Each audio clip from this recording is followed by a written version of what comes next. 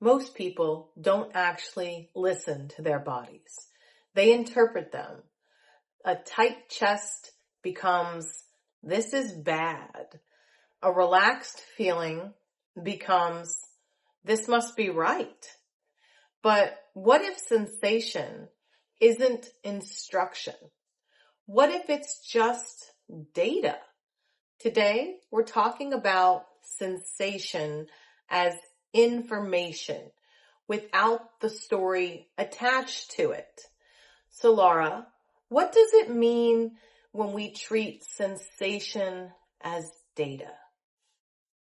When we treat sensation as data, we strip away the plot twists. It's pure raw feedback from the body before we slap meaning on it. Contraction, expansion, neutrality, steadiness, these are conditions, not commands. It means we notice the shift in state, not jump straight to this is bad or this is right. It's just, what's my body reporting right now? Okay, let's start with contraction. What exactly is that? Contraction is your body's tightening response. The muscles tense, the breath shortens, posture closes, and attention narrows. But it doesn't mean no. It often just means your system's gearing up to process something new.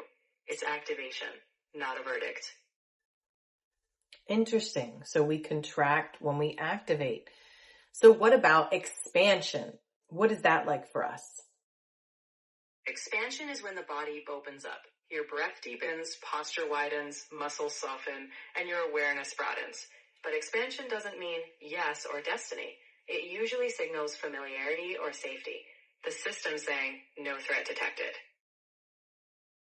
So expansion happens with comfort. So what about neutrality? That one seems a little harder to notice. Neutrality often hides in plain sight because it's subtle. Your breath stays steady, muscles balanced, and you're neither drawn toward nor pushed away. Neutrality just means the body hasn't detected anything urgent. It's informational, not dramatic, yet quietly accurate. And how about steadiness? How is that different from expansion or neutrality?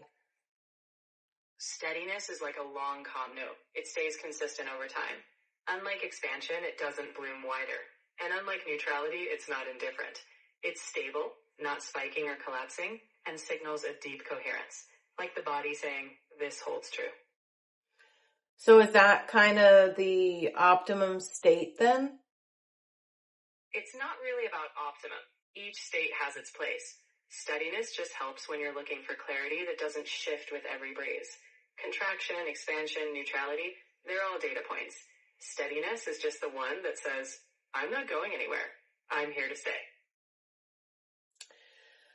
So where are we getting this wrong when we're talking about sensation as data?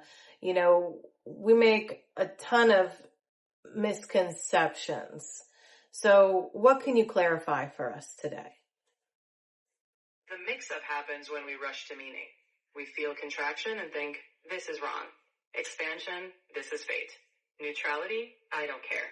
But none of these sensations are telling a story. Contraction might just mean novelty. Expansion might mean familiarity. Neutrality might mean we need more data. The body reports, the mind interprets. Slowing down that interpretation is key. So we're rushing to meaning without gathering enough data in a way, right? Exactly. Without pausing, we slap a storyline onto a sensation. But when we pause, we can simply ask, is this contraction, expansion, neutrality, or steadiness? Name the state, not the story. And if it changes quickly once we narrate, we know that's interpretation. If it stays steady, that's clearer data. So can you give me an example of how this plays out for us in everyday life? Sure. Imagine you walk into a meeting and your shoulders tighten. That's contraction. It doesn't mean danger, it might just mean focus. Or you get a message and your breath deepens. That's expansion. It might mean familiarity. And if you're facing a decision and feel nothing strong, that's neutrality. It may simply mean the system needs more input. When you pause, you gather data. When you rush, you jump to conclusions. So this speaks a lot to timing then. So how do we actually start working with sensation as data? The grand ballet of sensation. We start by becoming attentive choreographers, no rushing to meaning. First, we simply gather each sensation as if we're collecting rare seashells, describing their texture, weight, color, and rhythm. We pause. We don't leap to conclusions as if they're stage directions. Instead, we notice patterns. Is that tightness a drum roll or a whisper? By letting the sensations sing before we assign meaning, we invite a more accurate dance of understanding. Sensation first, story second. So if sensation in and of itself is a data point and not actually instruction, it's just information, but we have to take enough information in to draw an accurate conclusion and give ourselves the proper instruction. Is that right? You've painted it perfectly. Each sensation is like a single pixel. On its own, it doesn't tell you the whole picture, but gather enough and suddenly the image comes into focus. And only then, when the pattern emerges, do we craft the instruction. You're not chasing the first flicker of light. You're letting the whole constellation guide your next move. Wonderful. And that's exactly what we're building in this series. No predictions, no special access, just clearer perception. So Wayfinders, I would like to thank you for being here and sharing this space with us today.